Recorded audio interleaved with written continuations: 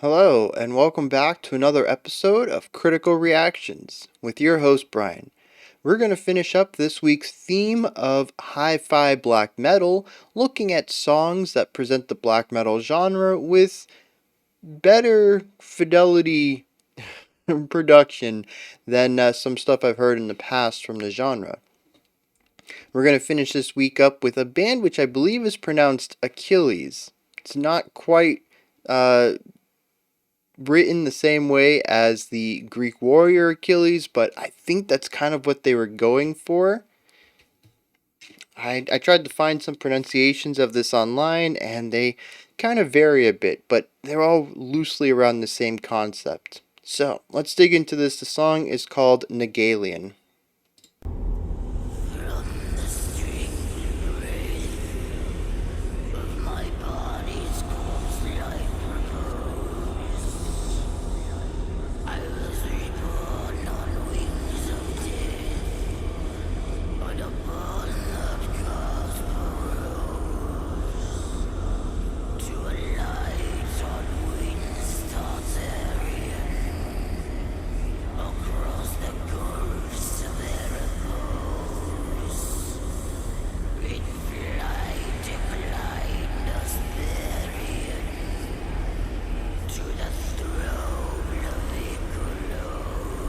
A lot of reverb off of the vocals.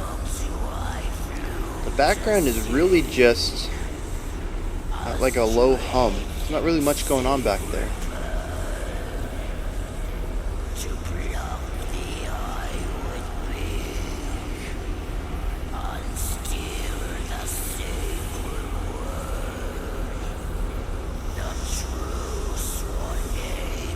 Wild production on these vocals though.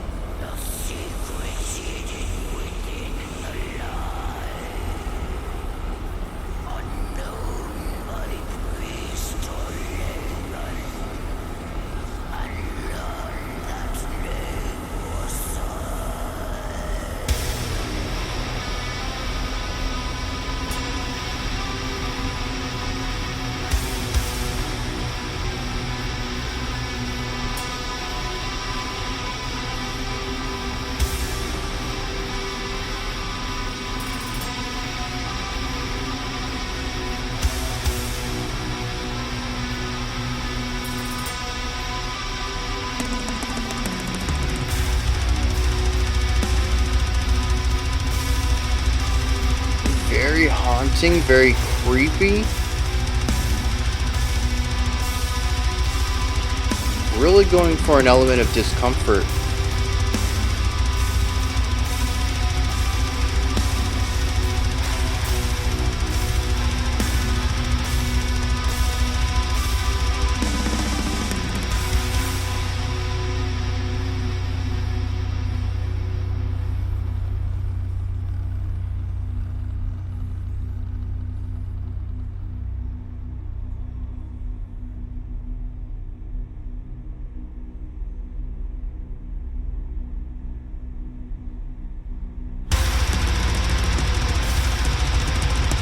Okay.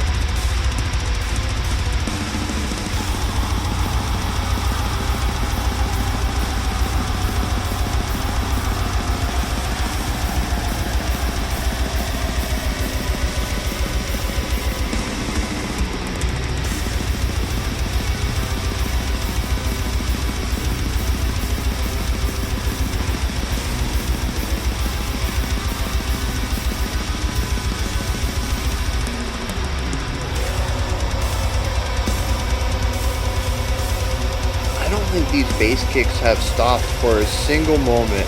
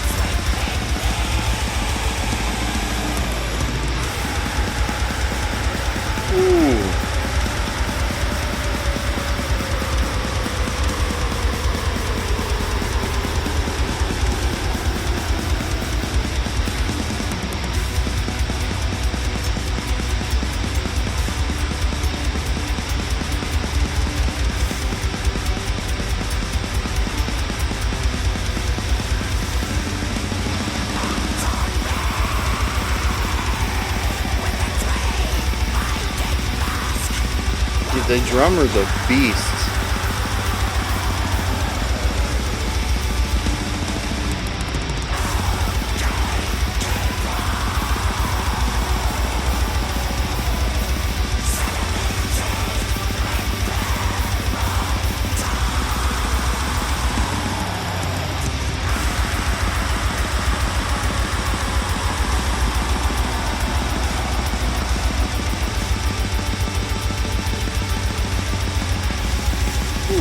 Interesting.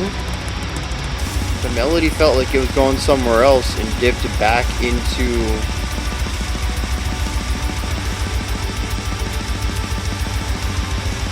instead of going up and rising into that resolution, it comes back down and sort of half resolves into the beginning of the chord progression.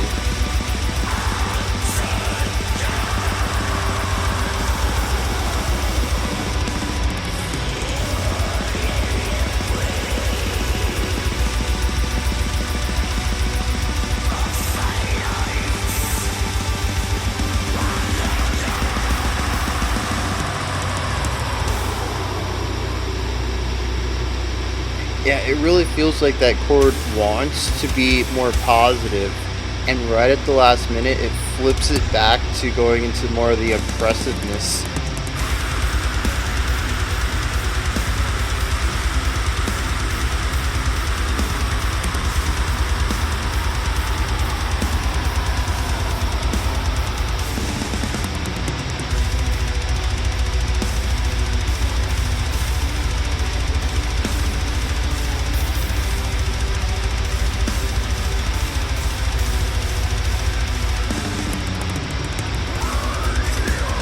Whoa, what a vocal delivery.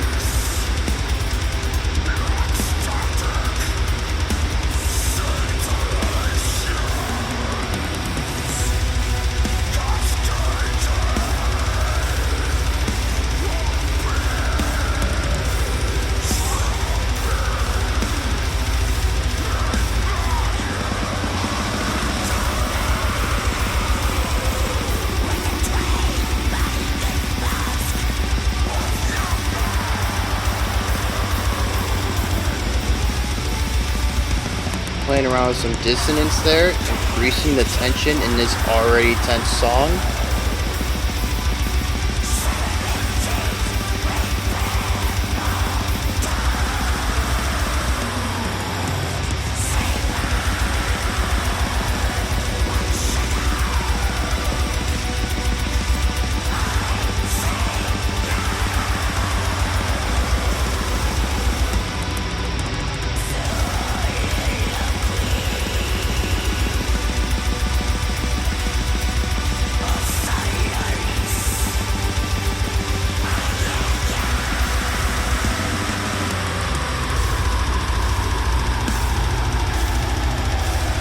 Yeah, I love how we haven't changed tempo, but because we're getting half as many cymbal hits, it feels like we dropped down. Got a nice halftime feel. Sorry, blanked out for a bit. Went back to focusing on the music.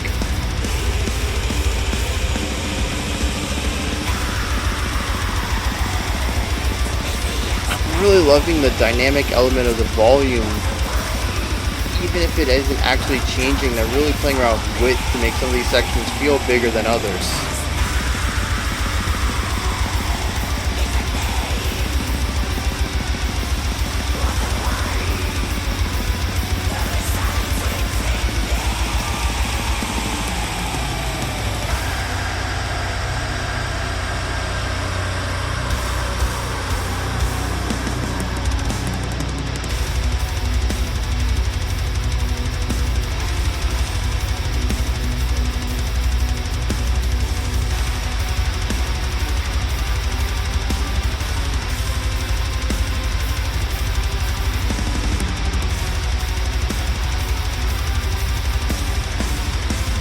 Interesting, we got a triplet feel here on the left side, but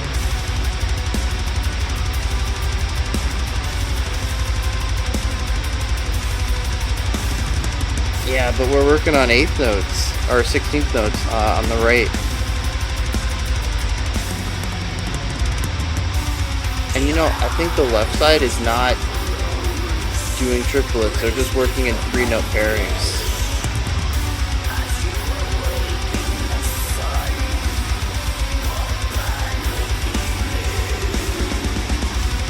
Oh, that tension on that left guitar line.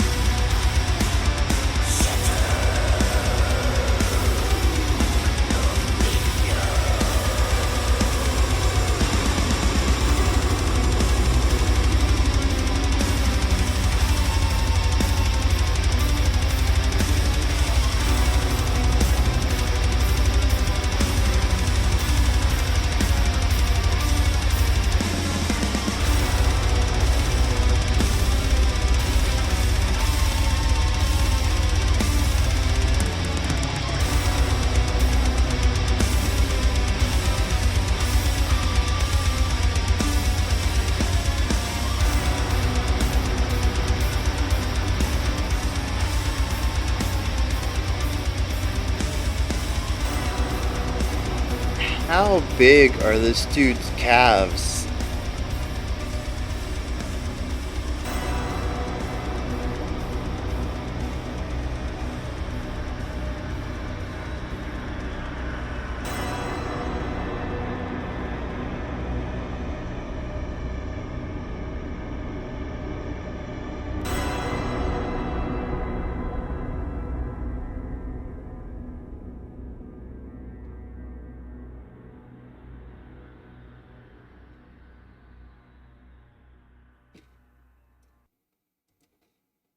Alright.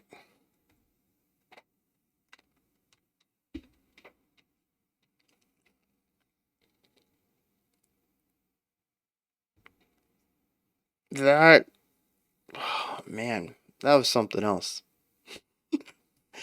That took me on a strange kind of journey through darkness and despair and fleeting hope. It's just a really heavy song all around. And it really can be broken up into, I mean, I guess technically three core ideas: the intro, the middle 10 minutes, and the outro. But I'm not sure the outro really is. Like it pertains to the song, right? We have these bells.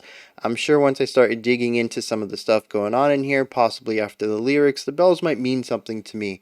But as of right now, it's sort of just the way the song ends. I don't really see it connecting much with the other two. So I want to focus on the first two sections primarily. And well, I guess I should say the first two ideas: the spoken word atmospheric, and then the black metal part. The black metal part is, of course, made up of many sections. There's some really interesting stuff going on in there. I'm going to break that up more individually, but I do want to look at these two ideas and see how they kind of bounce things off of each other. Now, so we're going to start with the first section, and it's just spoken poetry over like a hum. It's not even like a white noise. It's not really doing anything other than just creating a sound floor so that there's not nothing under the vocals. And this part is exceptionally creepy, primarily because of the vocal delivery.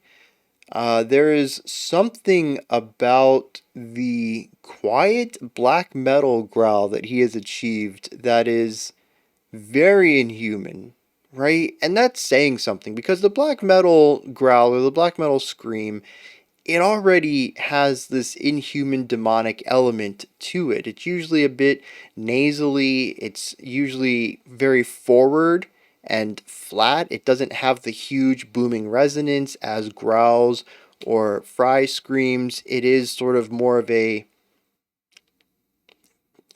weaker sounding. I don't like that description, but I think it fits when we're looking at width and power of vocal delivery.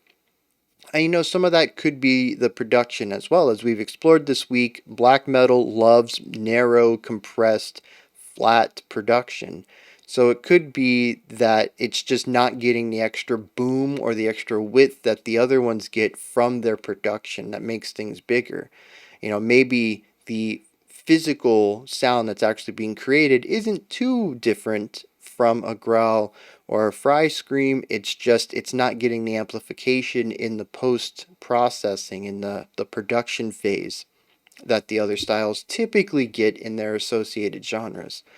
But regardless, the end result, what we end up hearing as listeners, is more of this narrow, focused, nasally kind of harsh style. And there's certainly something inhuman about it already, but bringing it down to a whisper, I think really showcases one strong amount of control over his vocal stuff. I don't know what to call it because, as far as my understanding goes, it's not using vocal cords. So, however he's making these sounds, he obviously has a strong amount of control and mastery over it and is able to manipulate it in a variety of different ways. We actually saw quite a few different harsh vocals throughout this song, oftentimes used simultaneously to create an even more inhuman sound.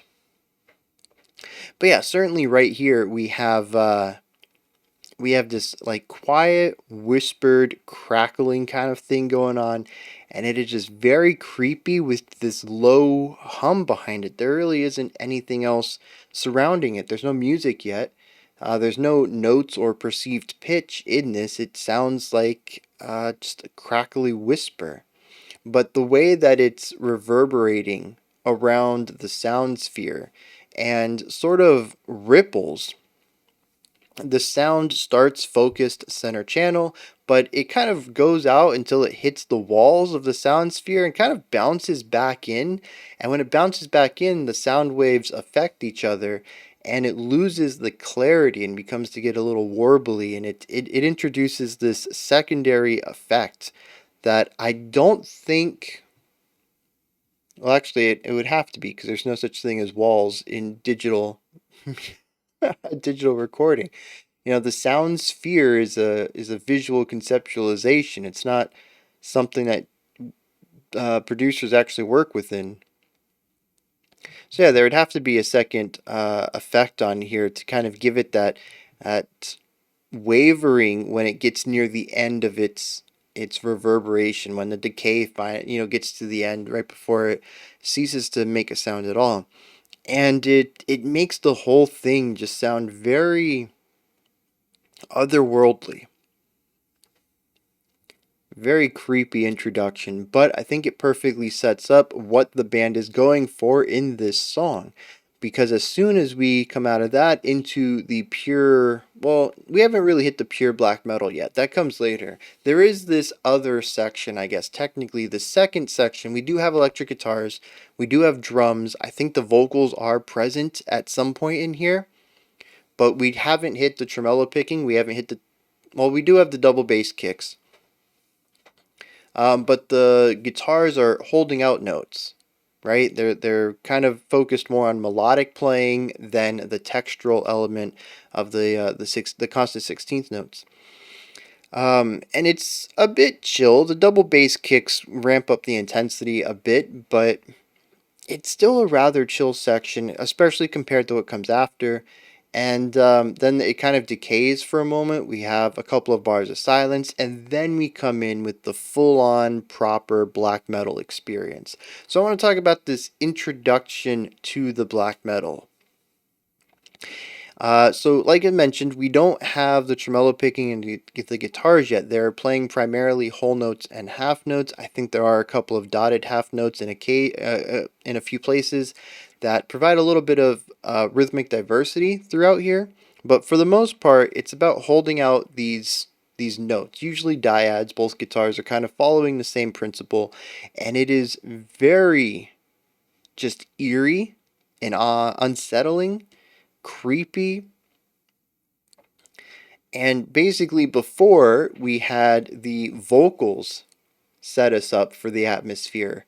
Now we have everything but the vocals setting the atmosphere, setting the flavor of the song. It's definitely going for this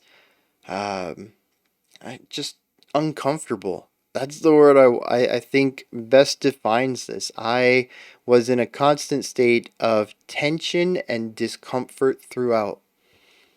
Sometimes it was just eeriness, creepiness, spookiness, that kind of horror aesthetic of being tense from fear, and other times it was tension just from pressure. And they even played around with the tension of hope versus despair, and sort of the balancing act between those two. So they play around with this discomfort in a lot of different ways. Oh yeah, and then at the end, just dissonance. I could have lived without that part. But I appreciate from an artistic standpoint. Let's get back to this opening though. So yeah, like I said, its main purpose is to showcase to the listener what they're in store for after the vocals had done that themselves. Now we have everything but the vocals, so it's sort of a thesis statement where by this point in the song, what are we, like 2 minutes in, maybe 2.5 minutes in, the listener knows exactly what they're in store for. It's going to be creepy vocals. There's going to be distorted guitars. There's going to be bass kicks, and it's going to be an uncomfortable ride. Right? We're going to be looking at some darker elements of human emotion, and we have showcased that through the vocals. We have showcased that through the music. Interesting. I think usually the thesis is going to be a unified approach. This is what the song's going to be like, much like when a song begins with the chorus. Right? You immediately know what the hook is going to be, you know what the vibe's going to be, you know if it's going to be a ballad or a dance song. Pertaining to pop, I suppose, is what I was thinking about this when we talk about songs that start with hooks. And you know the ride you're in, right? The verse might take it down a notch, might chill out a little bit, but you know what the overall vibe's going to be. The bridge is probably going to be very close to to the chorus, and you know what your feeling's going to be. And they do that with everything. Every piece of the music is shoved in your face from the start. Excellent thesis statement. This one splits it up. It lets you hear kind of both sides of the coin. It gives you not only just the vocal presentation, which is going to be your narrator or your language guide through the song, but then it lets you hear the music, which is going to be your sonic guide through the song. And it gives you a chance to hear everything clearly in its own element before bringing them together. Interestingly, as well, when we bring everything together, not only is it a burst from the darkness, right? We go from pretty much silence to 11 in a single beat. And we have the tremolo picking in the guitars, we have the double bass kicks, we have the growling, like everything comes in at full volume from nothing. So there's two things to draw from this. One is that the horror element can appear at any time, right? There's something very concerning when you don't get the creeping feeling that something is coming. You don't get the little notification, hey, you might want to be scared in a little bit, things are about to go down. You don't get that with this band. Once the music and the vocals come together, all bets are off. It is always at 11, and you never know when it's going to happen. And that silence between the instrumental section and this first full black metal moment is lengthy. I kind of figured it was going to be the rest of the bar. or maybe 1 bar of rest before coming in. And I think they gave it 4, 5, or 6 bars. It really allowed the pause, the silence to linger for a bit. And honestly, I thought we were going to return back to the intro. I figured that we were going to do something like spoken poetry, black metal instrumental, back to the spoken poetry, and then back to some black metal instrumental. And that was kind of going to be the pattern I saw. And part of that probably comes from my expectations of verse, chorus, verse, chorus. It's very possible that they intentionally utilized standard modern song composition against me to subvert my expectations. I'm not sure how intentional that was, but that's definitely my experience with this. That they brought it back down, no instruments, just this low hum. I know what's accompanied by that. You've already showed me. It's the vocals. Not to mention that this follows the verse, chorus concept. So, I think I'm on to something here. And just, nope, done. Let's go full on volume 11. We're going to scare you. And maybe that's the point of it too. Because, like I said, there is this horror, fearful, uncomfortable element to this song. It's definitely eerie and creepy. And maybe putting a jump scare into it helps sell that idea. So now we've looked at the intro, we've looked at the first black metal instrumental. Let's look at what pretty much makes up the rest of the song, which is this pure, loud black metal.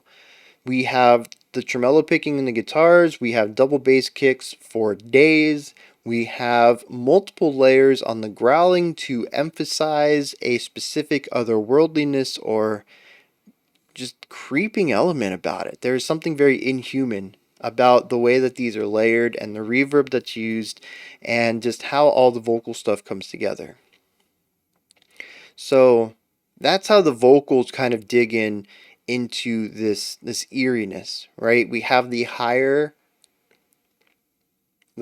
growl or harsh, we have a lower harsh. They're not always directly in time with each other. Sometimes there's just the slightest delay, a quarter of a beat, and it creates this idea that it's not necessarily two voices, which already is an inhuman idea, but it's almost like there's a delay between the voices, multiple vocal cords with multiple timings of interaction in this beast that is talking.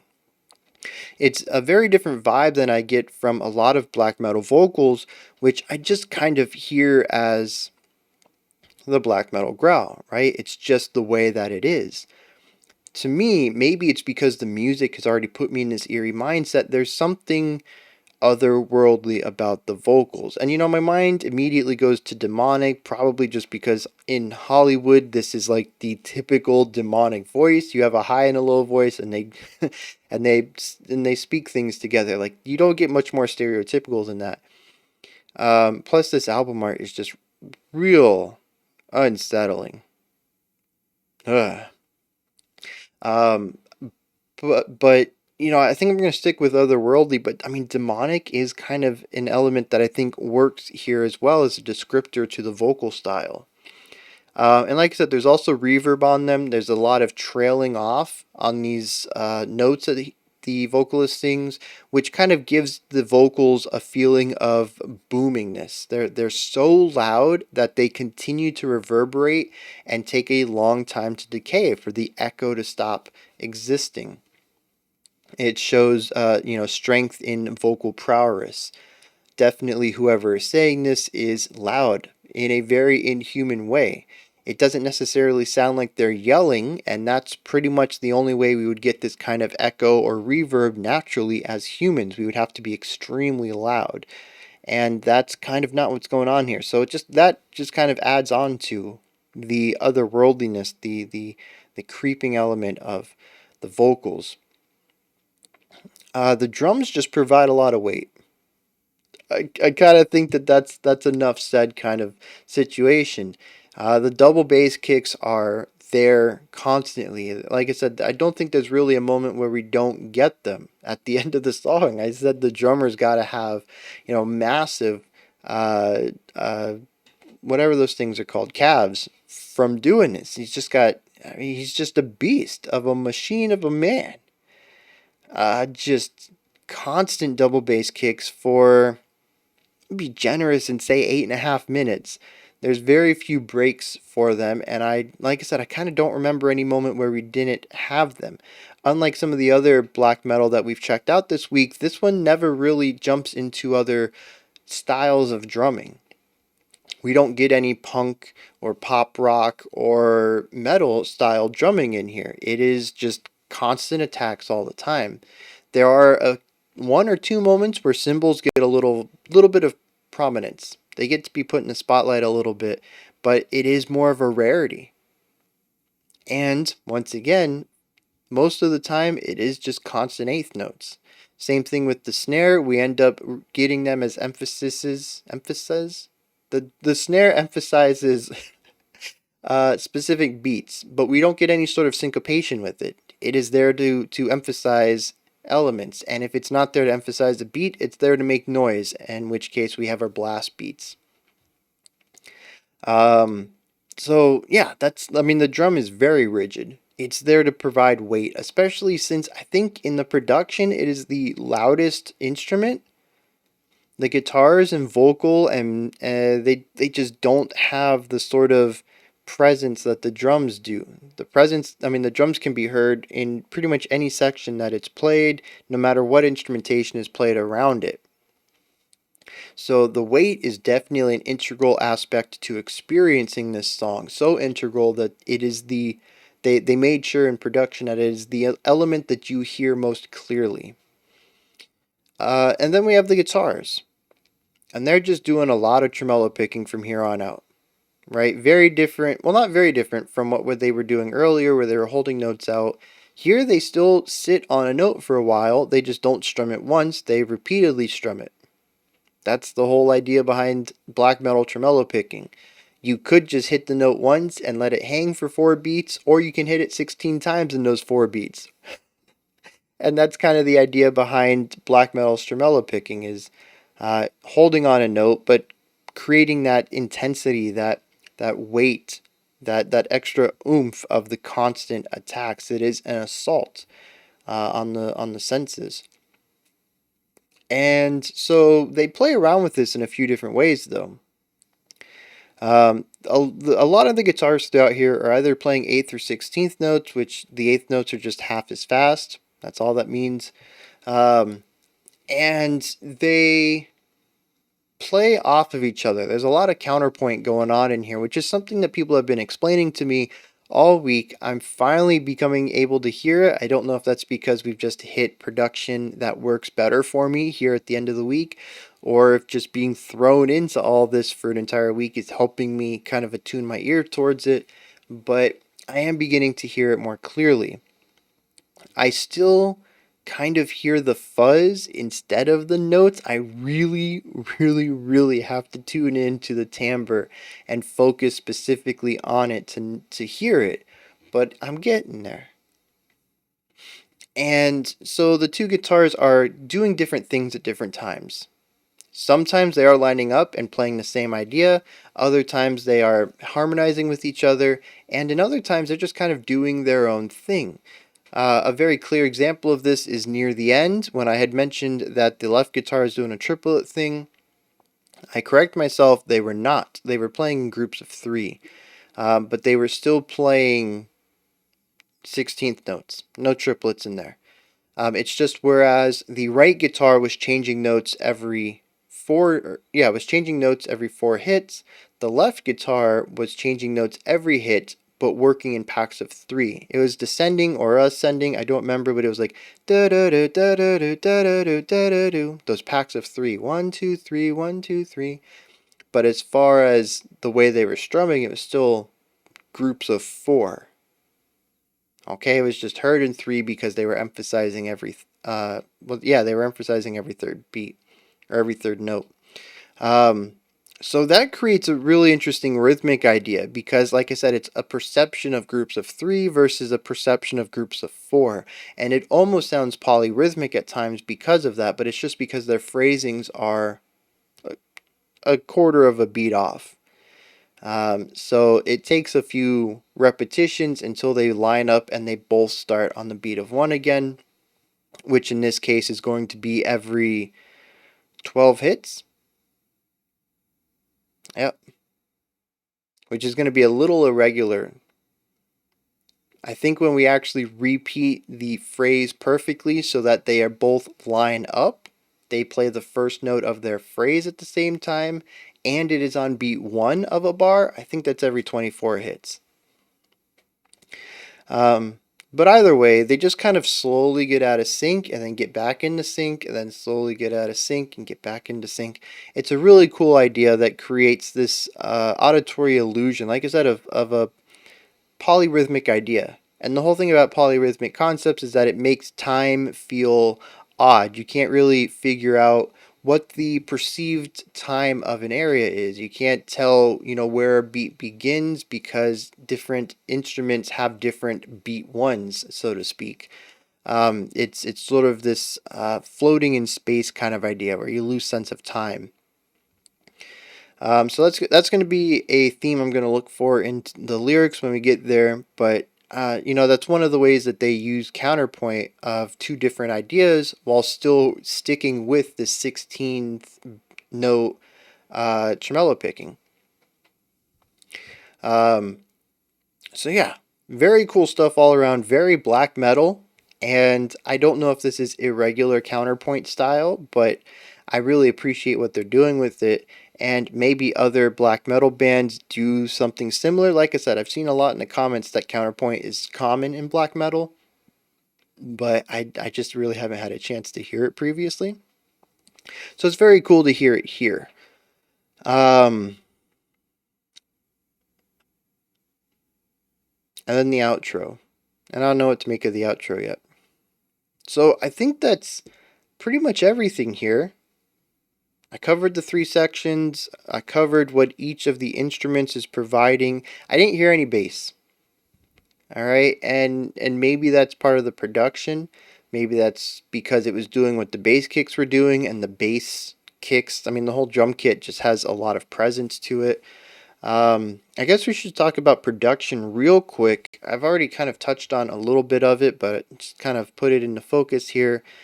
I do think this is a kind of hi-fi black production. Like I talked about yesterday, or maybe it was the day before, what I was perceiving as high fidelity production is sort of high fidelity in other genres, something closer to pop or radio rock, or even, very prog rock is actually a good one, or prog metal, where the production clarity is necessary to showcase the complex technical elements in the performance. And I kind of came to the conclusion that that kind of runs counter to black metal. Black metal is about the grit. It's about the dirtiness.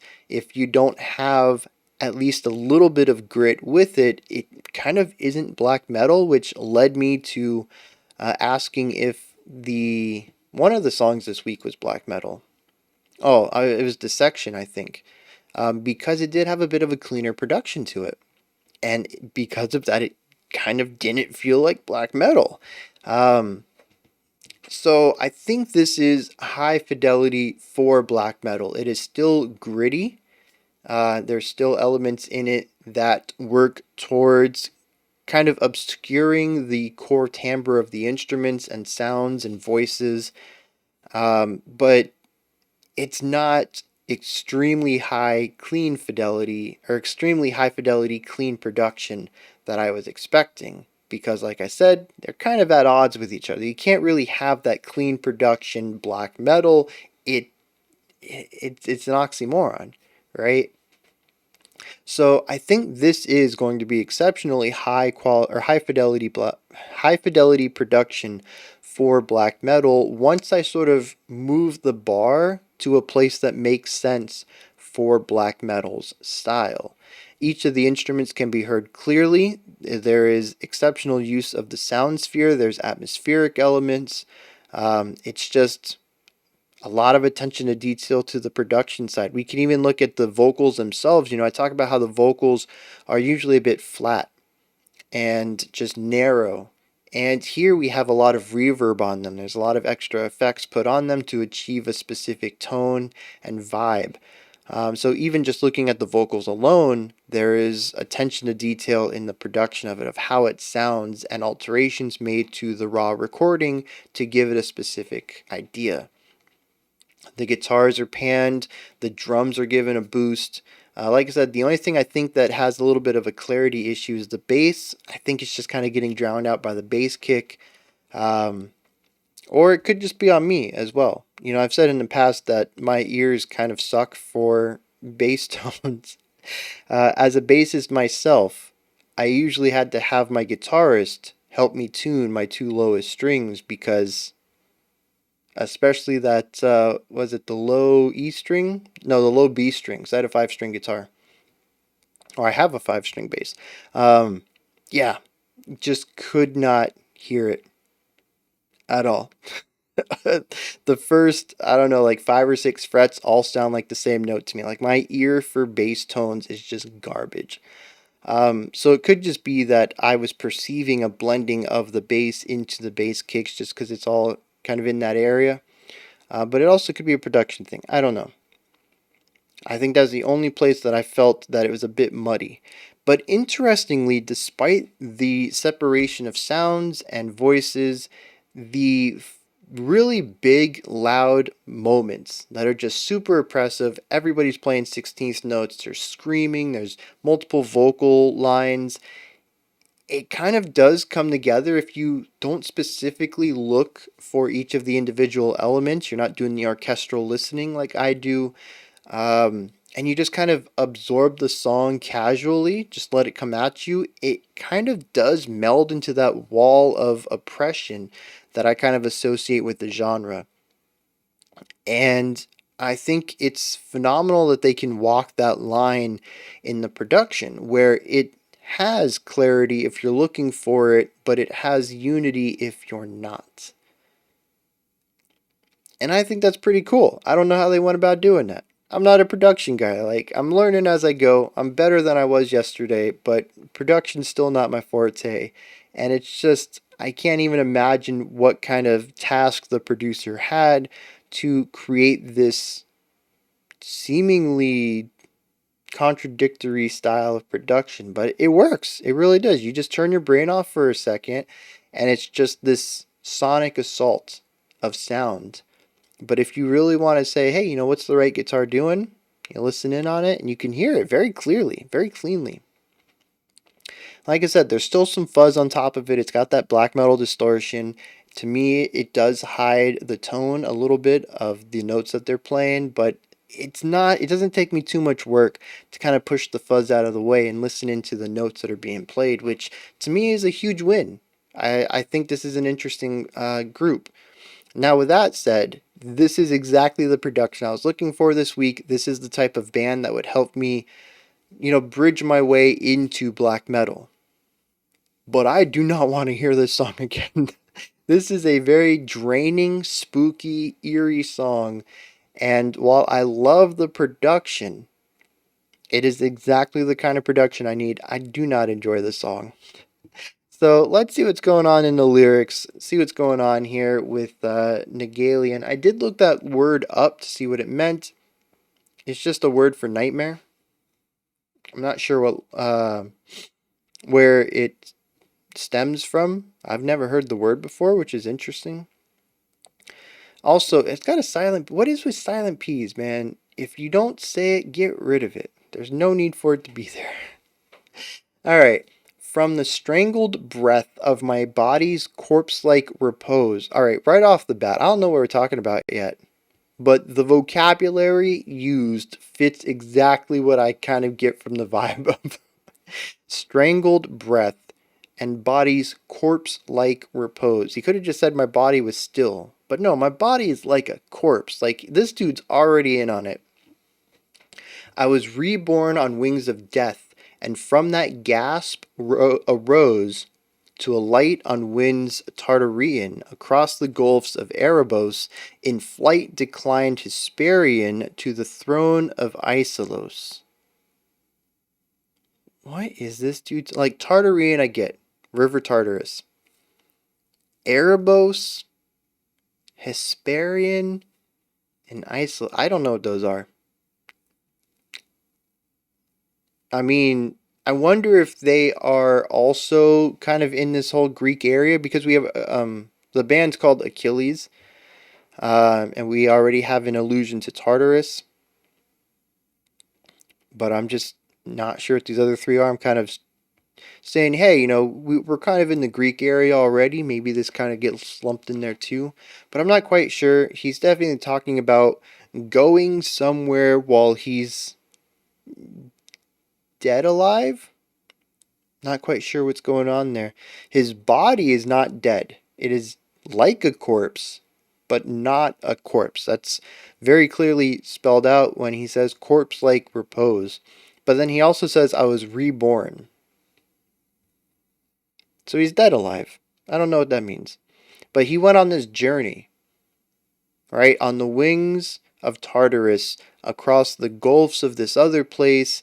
In flight, we declined Hesperian. I don't know what that means. To the throne of Isolus, and I don't know where that is.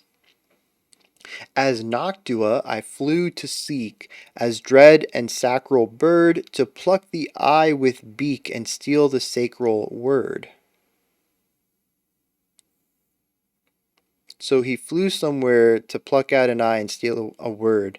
The true sworn name of demon, the secret hidden within the lie, unknown by priest of layman, and learned that name was I. So he, in his living dead mode, he flew somewhere, plucked out an eye, and stole the name of a demon that nobody knows the name of. That's kind of cool, I guess. I mean, I think this fits with the word nightmare. Because, like, the cool thing about dreams, or the scary thing about dreams, is that nothing ever really seems to make sense, especially when you wake up and remember it. Maybe when you're lucidly dreaming, it might make sense. I'm not a lucid dreamer, so usually I just have these scattered memories of what my dreams were. But that's kind of what this feels like. Kind of hitting the high points of what I did in my dream. Just kind of naming all the major landmarks. So that's the first half of the words. That might be the part. Well, no. Dang. There's not a lot of words here for a song that I felt he was singing a lot during. Anyways, the second half says, as naught is the aspect of the one who comes before me, naught is the name of the one who resides within me. Adorn me with twain-minded mask of Janus, O gatekeeper, cemented in paradox, sable on shadow, I see you. So the demon, he learned his name.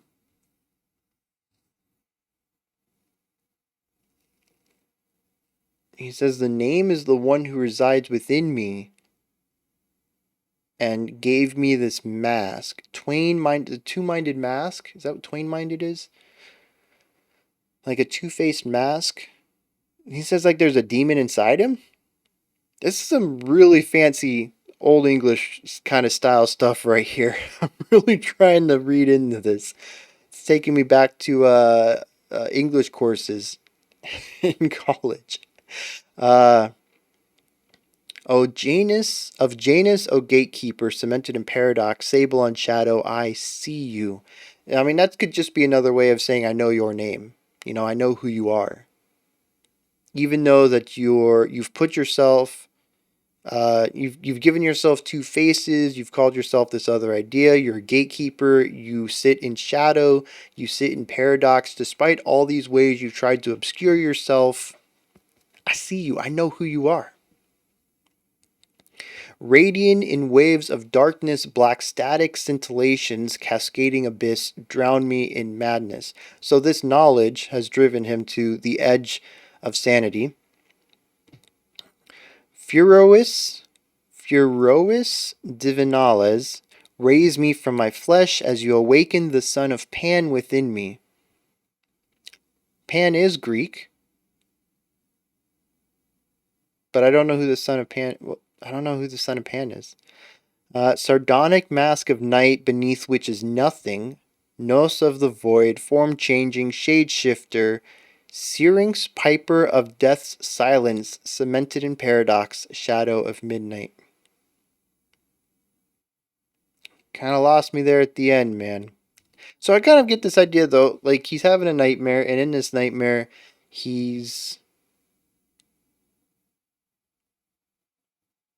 exploring all these Greek ideas and learns the name of a demon by stealing a word and calls the demon out.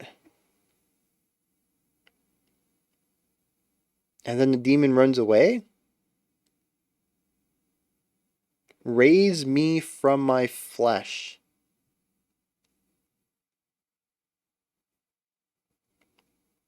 I mean, that almost sounds like a spiritual awakening, like remove my soul from my mortal body kind of idea.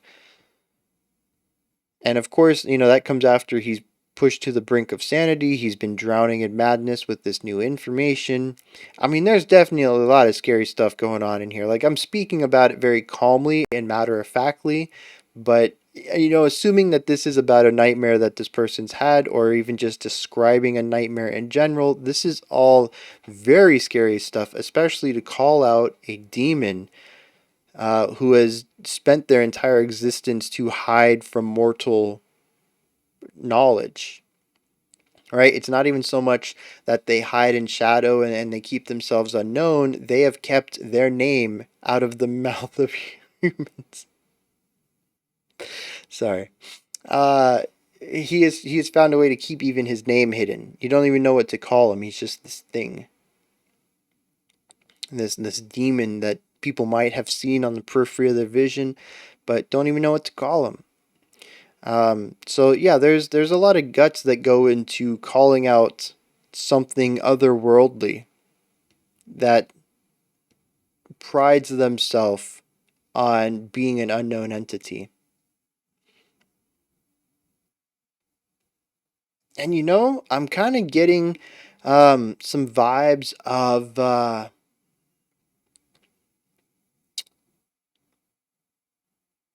Mara.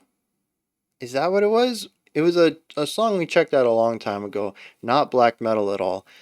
Spirit Box though, we checked out a trilogy of trilogy of songs called the Mara Effect, and I had no idea what it was about. I kind of picked up on some of these vibes, and y'all let me know that Mara was the name of like the sleep paralysis demon, right? Or whatever you want to call him, sleep paralysis entity, in some cultures or something like that. A long time ago, all right.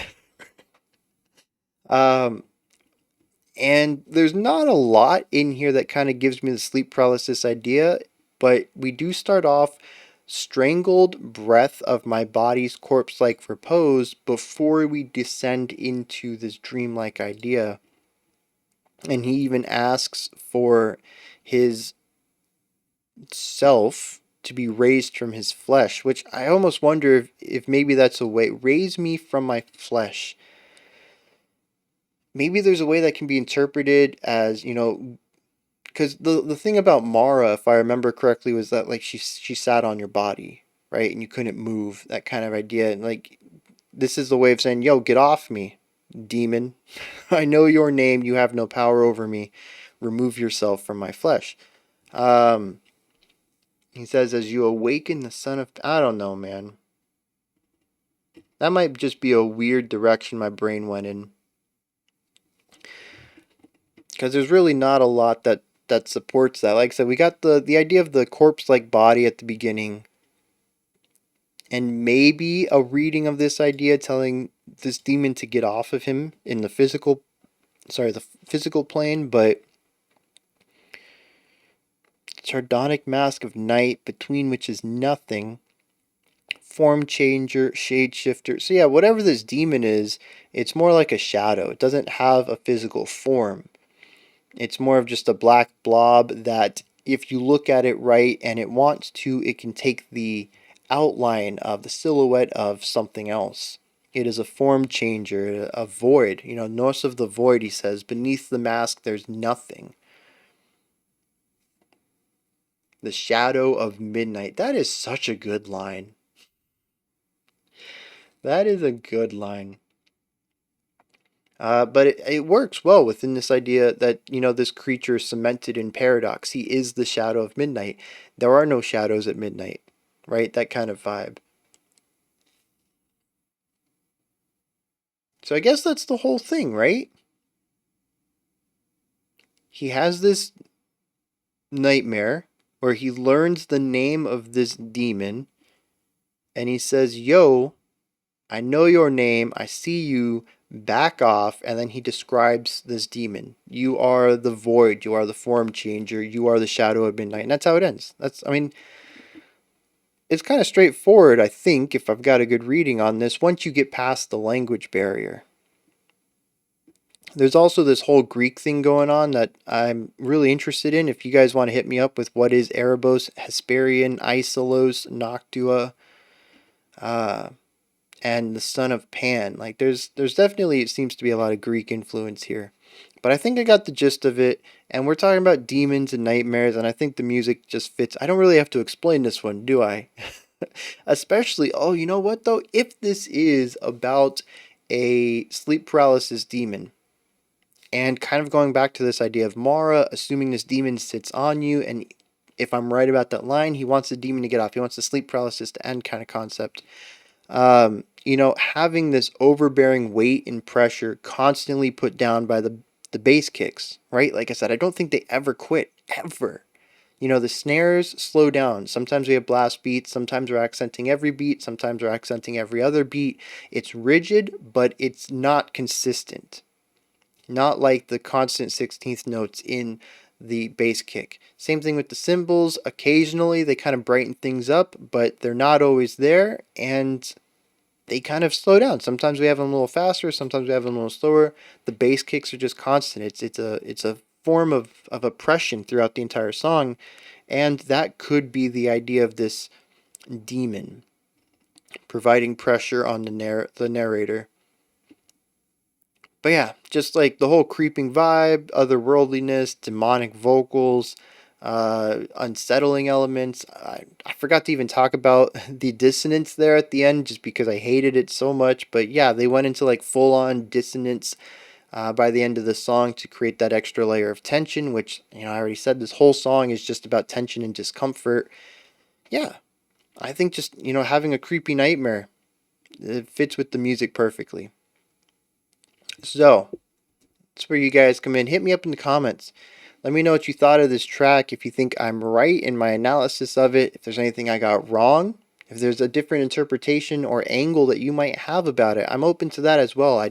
As usual, I don't submit myself as any authority. I'm just telling you what I heard on my first time listening to it. Go ahead and hit me up with those comments. Above the comment section is a description box, and there's a link for Linktree. Take you to this menu right here, has everything related to the channel. You can pick up some merch, join the Patreon, and vote on future themes and songs. You can follow me on Twitter, join the Discord community, just all sorts of stuff. Go ahead and check it out. It's a bunch of stuff in there. Above that, if you could, like, subscribe, and ring the bell. We have one more video that came out half an hour ago. Jeez. Did not expect this to be an hour-long video, but here we are. It's going to be